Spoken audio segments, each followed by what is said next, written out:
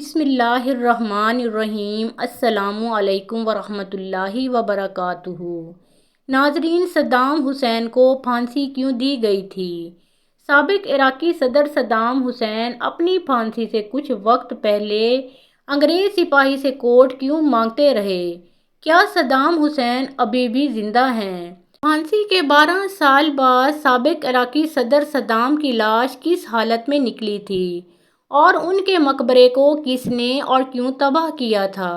یہی ہماری آج کی ویڈیو کا موضوع ہوگا اور آج ہم آپ کو عرب دنیا کے سب سے با اثر مسلمان حکمران سابق عراقی صدر صدام حسین کی موت کے بارے میں کچھ ایسے حقائق بتائیں گے جو یقیناً آپ کے لیے حیران کن ہوں گے۔ محترم ناظرین کرام، آج سے تقریباً 18 برس پہلے 30 دسمبر سال 2006 بمطابق 10 ذی الحجہ 1427 ہجری عید الاضحیٰ کے دن سابق عراقی صدر صدام حسین کو پھانسی دے دی گئی تھی۔ انہیں عراق کی اعلیٰ عدالت نے جیل میں 1982 میں 148 کردوں کی ہلاکت کے الزام میں پھانسی کی سزا سنائی تھی۔ ناظرین کرام، ان افراد کو صدام حسین پر قاتلانہ حملے کے الزام میں گرفتار کرنے کے بعد ہلاک کر دیا گیا تھا۔ صدام حسین کی پھانسی کے مناظر کی ویڈیو انٹرنیٹ پر نشر کی گئی تھی اور لاکھوں افراد نے عظیم مسلم حکمران کو کلمہ شہادت پڑھتے ہوئے پھانسی کا پھندا بنتے ہوئے دیکھا۔ محترم ناظرین، صدام حسین کی پھانسی کی کارروائی کی نگرانی کرنے والے فوجیوں نے اب یہ راز لوگوں تک پہنچائے ہیں کہ ایک سپاہی امریکی پہرے دار سے صدام حسین نے کہا کہ مجھے کمبل یا گرم کوٹ لا کر دو۔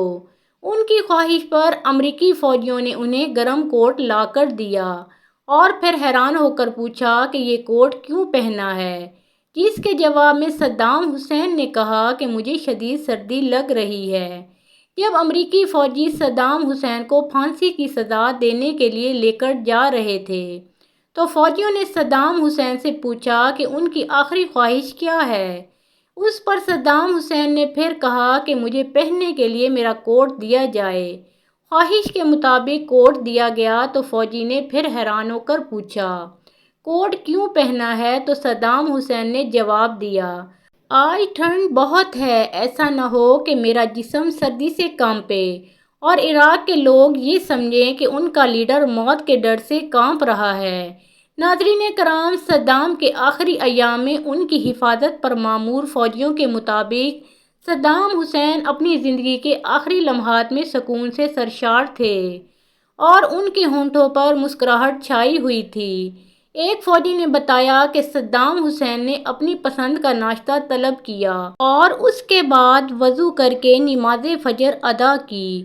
پھر وہ پھانسی کے فیصلے پر عمل درآمد کے انتظار میں اپنے بستر پر بیٹھ کر قرآن مجید فرقان حمید کی تلاوت کرنے لگے۔ صدام کے چہرے پر اطمینان تھا، جبکہ امریکی فوجی اہلکار صدام کی مسکراہٹ سے بہت زیادہ خوف محسوس کر رہے تھے اور موت کا سامنا کرتے ہوئے صدام کے انتہائی سکون کے سبب ان فوجیوں کا گمان تھا کہ عنقریب کوئی بم دھماکہ کر دیا جائے گا۔ ناظرین کرام، صدام حسین کی میت کو ان کے آبائی قصبے الاوجا میں دفن کیا گیا، پھر اس پر مقبرہ بنا دیا گیا۔ امریکی صدر جارج ڈبلیو بش نے خود سابق عراقی صدر کی لاش کو ایک فوجی ہیلی کاپٹر کے ذریعے بغداد سے شمالی شہر تکریت میں منتقل کرنے کا حکم دیا تھا۔ صدام کے قبیلے البو نصر کے سربراہ شیخ مناف علی الندی کے پاس لاش کی وصولی سے متعلق ایک دستخط شدہ خط موجود ہے۔ اس میں انہوں نے اس بات سے بھی اتفاق کیا تھا کہ میت کو بلا تاخیر تدفین کر دی جائے گی۔ ناظرین، اس کے بعد سے ہر سال 28 اپریل کو صدام حسین کی قبر پر زائرین کی بڑی تعداد کی آمد ہوتی ہے۔ یہ ان کی سالگرہ کا دن ہے اور اس روز وہاں آنے والوں میں اسکول کے بچے تک شامل ہوتے ہیں۔ 2018 میں یہ اعلان کیا گیا تھا کہ صدام حسین کے مقبرے کو شیعہ ملیشیا پر مشتمل الحشد الشعبی نے ایک فضائی حملے میں مسمار کر دیا ہے، جبکہ بہت سے لوگوں کا خیال ہے کہ صدام حسین کا مقبرہ کھلا ہوا ہے، جبکہ بعض کا کہنا ہے کہ ان کی بیٹی ہالہ ایک نجی طیارے میں سوار ہو کر تکریت آئی تھی اور وہ اپنے والد کی باقیات کو وہاں سے اردن ساتھ لے گئی تھیں۔ ڈیلی مانیٹر کی ایک رپورٹ کے مطابق جامعہ کے ایک پروفیسر کا کہنا ہے کہ یہ ناممکن ہے۔ انہوں نے اپنی شناخت ظاہر نہ کرنے کی شرط پر کہا تھا کہ حالہ کبھی بھی عراق واپس نہیں آئی۔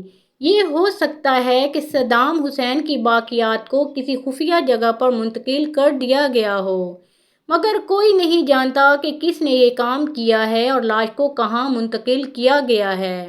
محترم ناظرین، یہ بھی ممکن ہے کہ صدام حسین کے مقبرے کے ساتھ وہی معاملہ پیش آیا ہو جو ان کے والد کی قبر کے ساتھ پیش آیا تھا۔ ان کے والد کی قبر کو نامعلوم افراد نے دھماکے سے اڑا دیا تھا۔ ناظرین کرام، ایک اور حیران کن بات یہ ہے کہ عراق میں صدام حسین کے چاہنے والے بعض لوگوں کا خیال ہے کہ صدام ابھی بھی زندہ ہیں۔ ان کا خیال ہے کہ صدام کو مصلوب نہیں کیا گیا۔ ان کا خیال ہے کہ صدام مرا نہیں بلکہ ان کے کسی ہمشکل کو پھانسی دے دی گئی تھی۔ ناظرین کرام، عراق کے سابق صدر صدام کی سیکیورٹی پر مامور 12 امریکی فوجی ان کی زندگی کے بہترین دوست تو نہ تھے، تاہم وہ ان کے آخری ایام میں بہترین ساتھی رہے۔ یہ 551 ملٹری پولیس کمپنیوں سے منتخب ہوئے تھے اور انہیں سپر 12 کہا جاتا ہے۔ ان محافظوں میں سے ایک ول بارڈن وپر تھے، جنہوں نے دی پریزنر ان ہز پیلس کتاب لکھی، جس میں انہوں نے صدام حسین کی زندگی کے آخری دنوں کے بارے میں لکھا۔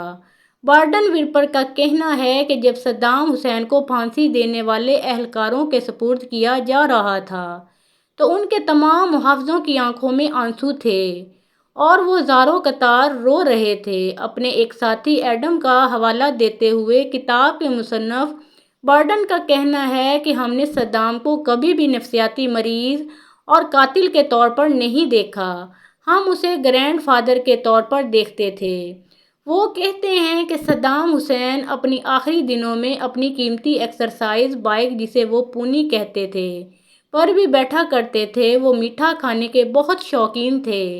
بارڈن وپر کہتے ہیں کہ آخری ایام میں صدام حسین کا دوسروں کے ساتھ رویہ بہت نرم تھا اور انہوں نے یہ تاثر نہیں چھوڑا کہ وہ بہت ظالم حکمران تھے۔ ایک بار ایک امریکی سپاہی جو کہ صدام کی حفاظت پر مامور تھے، انہوں نے اپنے بھائی کی موت کے بارے میں بتایا تو جواب میں صدام حسین نے کہا کہ تم مجھے آج سے اپنا بھائی سمجھو۔ انہوں نے ایک دوسرے محافظ سے کہا کہ اگر مجھے میرے اپنے پیسے کو استعمال کرنے کی اجازت ملے تو میں تمہارے بیٹے کی تعلیم کے اخراجات ادا کرنے کے لیے تیار ہوں۔ مصنف کا کہنا ہے کہ ایک شب ہم نے دیکھا کہ ایک 20 سالہ سپاہی ڈوسن اپنے سائز سے بڑا سوٹ پہن کر گھوم رہا تھا۔ بعد میں پتہ چلا کہ اس نے صدام حسین کی جانب سے تحفے میں دیا گیا سوٹ پہن رکھا تھا۔ بارڈن وپر لکھتے ہیں کہ بہت دن تک ہم ڈوسن کا مذاق اڑاتے رہے، لیکن اس نے پھر بھی سوٹ پہنے رکھا۔ اپنی پھانسی سے کچھ ہی دیر پہلے صدام حسین نے ایک امریکی فوجی سٹیو کو باہر بلایا اور اپنی کلائی پر بندھی گھڑی اسے دے دی۔ اب بھی وہ جارجیا میں سٹیو کے گھر میں وہ گھڑی محفوظ ہے اور اس کی ٹک ٹک سنائی دیتی ہے۔ محترم ناظرین، پیارے آقا محمد مصطفیٰ صلی اللہ علیہ وآلہ وسلم کا پیارا نام ایک بار کامنٹ سیکشن میں ضرور لکھیں، اور ویڈیو پسند آئی ہو تو لائک شیئر کریں۔ مزید اسلامی واقعات اور سبق آموز واقعات سننے کے لیے ہمارے اس چینل کو سبسکرائب کریں۔